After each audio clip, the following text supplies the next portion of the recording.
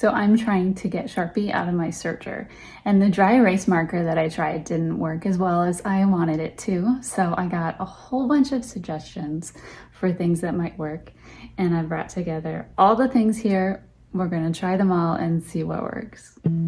Okay, first up, I think we'll do Goo Gone. So I've got a little bit of this here.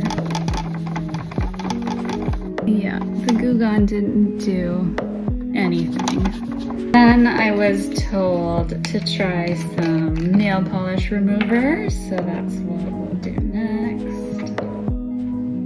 I don't think it did anything either.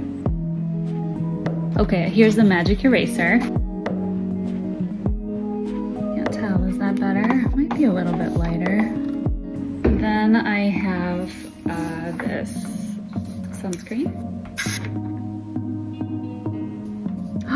Oh gosh, I think this might have worked. It helped. Oh my gosh, the sunscreen did it.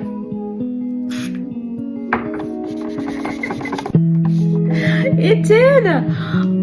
It was the sunscreen. Okay, let's try another spot.